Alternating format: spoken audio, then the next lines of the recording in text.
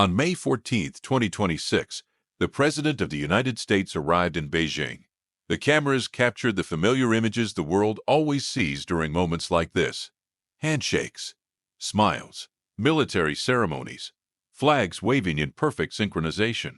But behind those carefully staged moments, another conversation was unfolding, one with consequences that could affect the global economy, the future of Taiwan, the AI race, and the balance of power between the world's two largest superpowers. Because while the public saw diplomacy, analysts, investors, intelligence officials, and military observers were all asking the same question.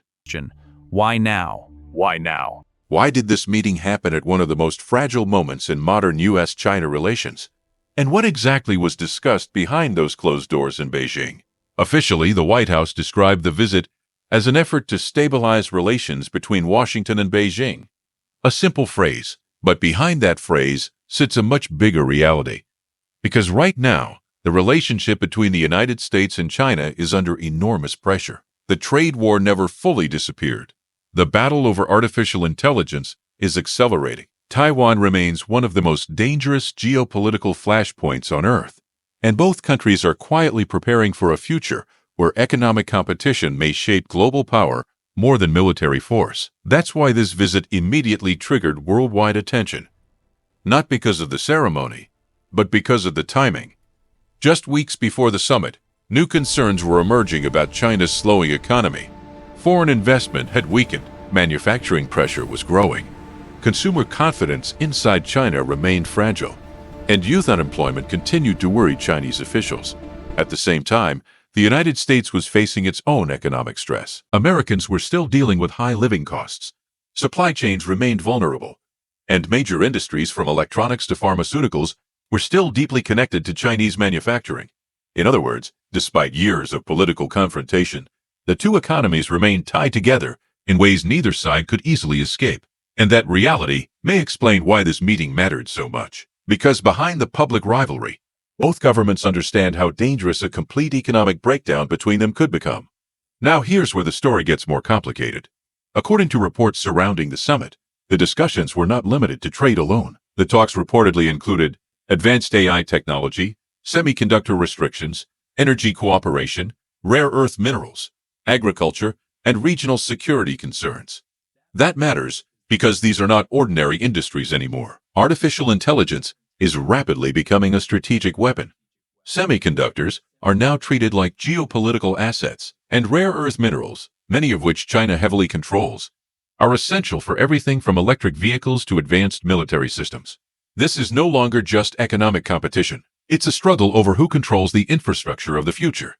And during the summit, one issue reportedly stood above all the others: Taiwan. According to international reporting, Xi Jinping warned that mishandling Taiwan could lead to dangerous escalation between the two powers. That warning immediately caught the attention of defense analysts worldwide. Because for years, Taiwan has remained the single most sensitive issue between Washington and Beijing. China considers it a core national priority. The United States publicly supports Taiwan's self-defense while also trying to avoid direct military conflict with China, and maintaining that balance has become increasingly difficult. Now think about the pressure inside those meetings. On one side sat Donald Trump, a president known for unpredictable negotiation tactics and aggressive economic positioning toward China. On the other sat Xi Jinping, leading a government determined to project strength while managing serious economic and geopolitical challenges at home. Neither leader could afford to appear weak publicly, but both leaders also had reasons to avoid uncontrolled escalation. That creates a dangerous diplomatic environment, because sometimes world powers compete aggressively in public while negotiating stability privately behind the scenes. And one phrase reportedly repeated throughout the summit drew particular attention from analysts: strategic stability. At first glance, the phrase sounds harmless, but in geopolitics, language matters.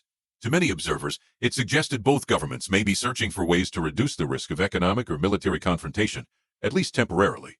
Not friendship, not trust. Stability, because the stakes are now enormous. The global economy remains heavily dependent on both American consumption and Chinese manufacturing. A serious disruption between the two countries could impact shipping routes, energy prices, financial markets, technology production, and supply chains across the world. And that's why investors were watching this summit so closely. In fact, shortly after the meetings began, Markets reacted cautiously as analysts searched for signs of real breakthroughs. But public details remained limited. No dramatic agreement was announced. No historic peace framework appeared, and that uncertainty created something else instead. Speculation. Across financial communities, political media, and online discussions, people began debating what the vague diplomatic language actually meant. Some believed the talks were primarily economic, an attempt to prevent further damage to global markets. Others saw the summit as an effort to reduce tensions over Taiwan before the situation became more dangerous. And some analysts argued the meetings revealed a deeper reality that despite years of confrontation, both superpowers may now realize how dependent they still are on each other. Now, here's something most Americans rarely hear discussed openly. For years, politicians in Washington promised to reduce America's dependence on China, but the reality proved far more complicated. Everything from consumer electronics to medicine, industrial materials, and advanced manufacturing components still relies heavily on interconnected global supply chains. Untangling those systems would take years, and it would likely come with major economic pain. That's why meetings like this matter beyond politics, because the decisions made inside those rooms can affect ordinary people thousands of miles away. Factory workers, truck drivers, small business owners, families already struggling with rising costs. And that emotional frustration is part of why stories like this spread so quickly online. Many Americans increasingly feel that massive economic decisions are negotiated far away from public view, while ordinary citizens only experience the consequences later. Whether that perception is entirely fair or not, the distrust itself has become politically powerful. And this summit arrived at a moment when public suspicion toward both governments was already high. But there was another detail that made this visit even more significant. This wasn't only a political delegation. Several major American business and technology leaders were also closely connected to the discussions surrounding the summit.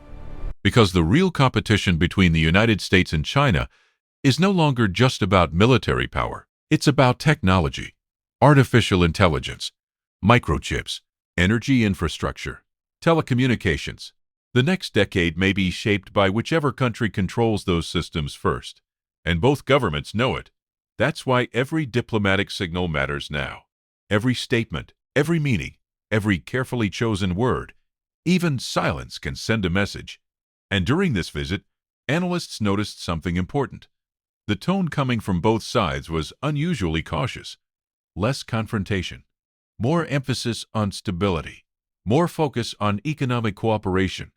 Not because the rivalry disappeared, but perhaps because the risks of uncontrolled escalation have become too large to ignore. Now, maybe that sounds reassuring, but for some observers, it raises another uncomfortable possibility. What if both governments understand that the global system has become far more fragile than the public realizes? Think about everything happening at once: rising debt, AI disruption, cybersecurity threats, military competition, energy instability, fragile supply chains, political polarization. The pressure is building everywhere simultaneously. And against that backdrop, this summit may have represented something bigger than a normal diplomatic meeting. Not a secret alliance, not a hidden surrender, but an attempt by two rival powers to manage a dangerous moment before tensions spiral further. And maybe that's why this story captured so much attention so quickly. Because people sensed that something important was happening beneath the surface.